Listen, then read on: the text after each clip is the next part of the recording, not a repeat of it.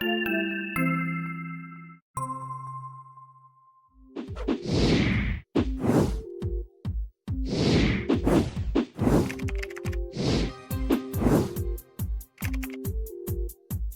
we're going to continue our transition into the new year, right, and present some information from another article that talks a little bit about starting new habits, breaking old habits, all with the idea of we're starting out the new year and wanting to get those resolutions or new annual goals, right.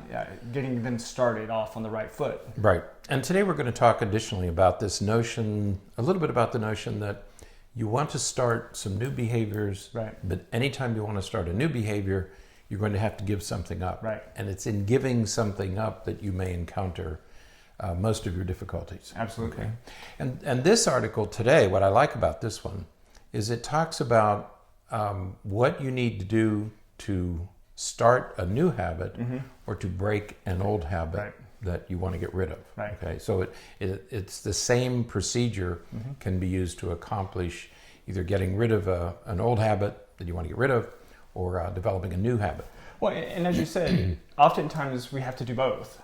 Because usually to start a new habit, you're going to have to stop doing something else. Right. Because there's only so much time in the day. Mm-hmm. And so to start something new, you're going to have to stop doing something else that you're doing. That's right. You and I have talked both on the program and privately that I'm going to start an exercise program. Mm-hmm. But I can't, I've been having a hard time at the end of 2019, having a hard time deciding what do I want to give up. Right. Do I want to give up work time, sleep time, family time, mm-hmm, rest time, relaxing time? What do I want to give, right, up in order to build some short exercise, right, routine into my day? And so I've been trying to work out that schedule. Right. And this article speaks to that somewhat. Right. And it's amazing because I was thinking of our conversation from the other day. Mm-hmm. I was thinking about that because you think just sliding 30 minutes a day, right, 30 minutes a day of exercise. Well, 30 minutes a day, that's actually about an hour, because by the time you're getting ready to work out and then you're recovering from working out, changing clothes and all that kind of stuff. That's right. You're really talking about an hour, and cutting out an hour of the day feels, mm-hmm, very different than cutting out 30 minutes for the day. Many years ago, I was training for a triathlon, mm-hmm, okay? And so the biking and the running, I had sort of built a routine for, mm-hmm, those. But when it came to swimming, I found huge obstacles because, mm-hmm, swimming, yeah, you had to go there, mm-hmm, you had to change into your swimming clothes, then you had to take a shower and dry off. Right. So a half-hour swim turned into an hour and a half, right, block of time, mm-hmm, okay? If you swam for an hour, right, it was an hour and a half to 2 hours. And I was in graduate school at the time, I just didn't have time to do, right, it. There was just no time. But you're right. People say, well, you only have to exercise 30 minutes a day. Right. It's not 30 minutes a day, number, yeah, one. It's getting there, it's exercising, right, it's changing, it's showering. So it's more than 30 minutes. And where do you get that time? And for many busy people today, I'm thinking of a working mother. Mm-hmm. When would a working mother, yeah, put in daily exercise? Right. Well, and it's like you said, you have to build it into your routine. Right. You have to build it in and make it just part of your, mm-hmm, regular day. Right. Because that's the way that it's going to become a habit and, right, something you normally, that's do. Right. And so this person, his name is B.J. Fogg, F-O-G-G. He's from Stanford University, and they have a behavioral, I guess it's a whole division, yeah, at Stanford University called the Behavior Design Laboratory. Right. Okay, and Fogg works out of the Behavior Design Laboratory, and he's come up with a process, yeah, way, yeah,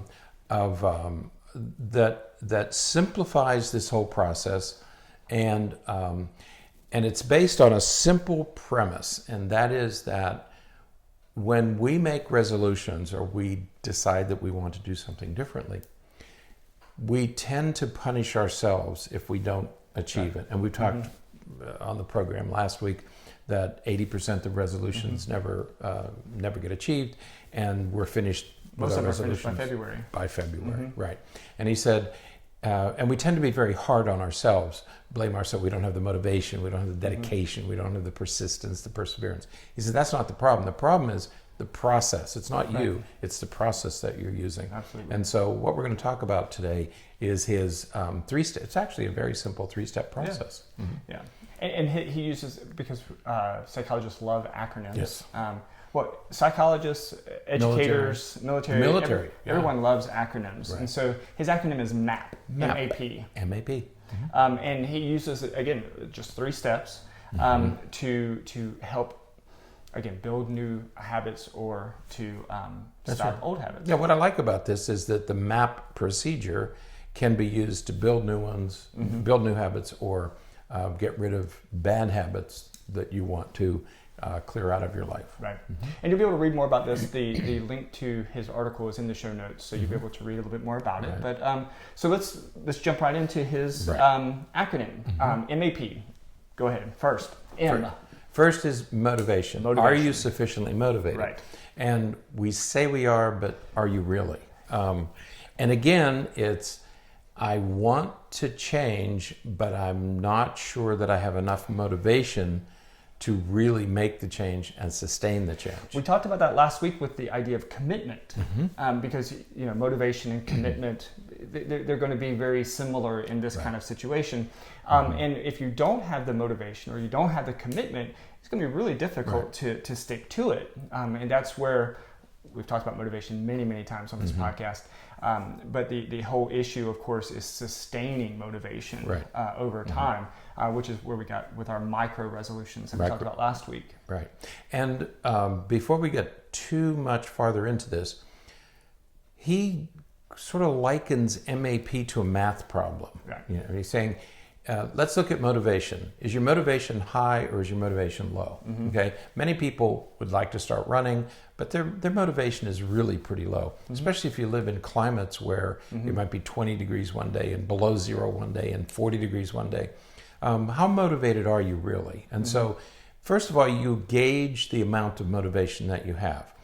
If you're highly motivated, it's more likely that you're going to do it. If there's low motivation, then perhaps you have to look at the other 2 parts of the formula, which is your ability to do it and some kind of prompt to make you do it. Right. Okay. So think of these 3 things in terms of high and low, high motivation, low motivation, and which one of these 3 things do you have to work on to make this work for you? Right. So yes, the A in MAP is ability. So is it something you're capable of doing? Are you able to do it? And again, it's really critical, I guess, for any behavior. Right. That is something that you can do. How many times do we see people talk to patients or just even friends, and they say that they want to start this new behavior, they want to start this new exercise or this new diet or whatever. And as soon as you start talking to them, you're thinking, how in the world are you going to do that? Right. How do you have the time to do it? You don't run a mile right now. How are you going to run 5 miles a day? Right. I'm going to run a 5K or a 3-mile run somewhere. Yeah. So thinking about the ability to do it, and your ability can change, will change over time. Right. And so you say, well, right now I have the ability to walk, a mile, and so then I'll have the ability to run a mile. Then I'll have the ability to run 3 miles. So you're going to change and sort of gradually increase what your ability is. But you have to be honest and direct with yourself about what you can do. In our practice, Dr. Berney and I frequently have the conversation of how much time you have to invest in building a practice. And over the years, we spent most of our time here at the office, 7 days a week, many hours a day. That means our ability to do something might be low. Right. Okay, my ability to change is low because currently my schedule is such that I truly don't have time, at least as my schedule is currently structured, I don't have the ability to change my schedule very much. Okay, so in my case, my ability to change would be very low. Okay, so then I have to look at the other parts of this equation, or I have to change something about my ability. Right, because you can have absolute maxed out motivation. Right. You could have all kinds of prompts. That's the P. You can have all kinds of prompts all over the place. Right. But if you don't have the time, you don't have the ability to do it. Right. Anything times 0 is 0. And again, I think of the working mother. Right. With school children. Okay, Right. she gets up and there's so much to do every day, and she just doesn't have the ability to make this kind of a massive change. Right. Okay, so in her case, ability might be very low. Right. Motivation could be high, ability could be low. Right. So the third part of MAP is prompt. And so what we're talking about here is having cues, having things around and in your environment to cue you or to prompt you or to remind you of what it is that you're trying to do or stop doing. Right. But I think of the picture of your fat self on the refrigerator. Right. Okay, that's a very simple prompt for you not to open the refrigerator door. It's a reminder of what you're trying to accomplish. Now that prompt may be enough and it may not be enough. Right. People who want to quit smoking, Right. one of the things they have to do is they have to quit drinking, Right. or because they smoke when they drink. They associate those two. Right, they associate the two. So you have to, you can also manipulate your prompts. Right. Okay. And he tells the story of a young woman named Katie in the article, and he talks about one positive habit that she established, and one negative habit that she wanted to get rid of. Right. And the positive habit, is it okay? It's okay to get rid of it, right? Because it really is a good example of what we're talking about. The positive habit is, at the end of each workday, before she left her office, she would clean off her desk and she would organize her inbox and her outbox and her computer, get everything organized so that when she walked into work the next morning, everything was ready to go. Right. And she found that she wanted to increase her productivity, and that was something that worked very well. Right. So the prompt was her desk. Right. You know, she looked at her desk and it reminded her, you have to clean off your desk. We have a physician friend of ours who does not leave the office when he was practicing, would not leave the office to go home until he had all of his chart notes and all of his records done for the day. He would stay until 10, 11 o'clock at night. He would not leave the building until everything was completed. I don't do that. I have chart notes from a few days ago left to do. I used to marvel at that because I'd arrive early the next morning and there'd be all these notes in my box and articles that he had copied for me to look at. And he had done all that after the workday ended. Right. You know, patients would be gone by 5 or 6 or 7, and he would stay until everything was completely finished. But that was a behavior that he wanted and needed so that he started out each day fresh and new. That's right. He didn't have anything rolling over from the day before because it can accumulate if you're not careful. Others would never do that because, you know, if you're staying at the office until 9 or 10 or 11 o'clock at night, certainly that's taking a toll on your family life. And so you're going to lose some things there. So you have to balance it. And that's where, you know, the ability and the motivation part comes in. You know, there's lots of prompts perhaps to get all that stuff done. But if you don't have the ability because you have to get home, or you don't have the motivation because you'd really like to be spending that time with your family, that equation isn't going to work out very well for that behavior. Yeah, if he had to get home to make dinner or to take care of school-aged children with homework and everything, he would not have had the ability to get closure on every day at that time of the day. Yeah. So it's a simple plan, not the band, but it's a simple procedure to follow to help with this idea of ending a behavior that you'd like to get rid of or to start a new habit that you'd like to build. With looking at motivation, how driven are you to intrinsically to get it done? Right. Your ability to do it, time-wise, physically able to do it, and then what kind of prompts? You know, setting some things up in your environment to cue you and remind you that this is what you want to be doing. Yeah, because he goes on to tell the story about Katie, this same woman who organized everything at work, and her bad habit was, you understand this better than I do. She would wake up in the morning and start scrolling through Facebook, I think is what she did. And I'm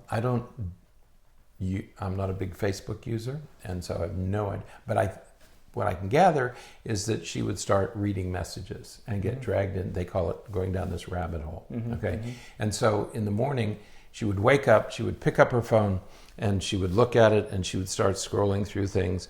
And instead of getting up and exercising, which is what she wanted to do, she was scrolling through Facebook postings from all over. Okay, and so she would suddenly realize that she had just used a half hour or 45 minutes scrolling, didn't realize the time was going by, then she couldn't work out.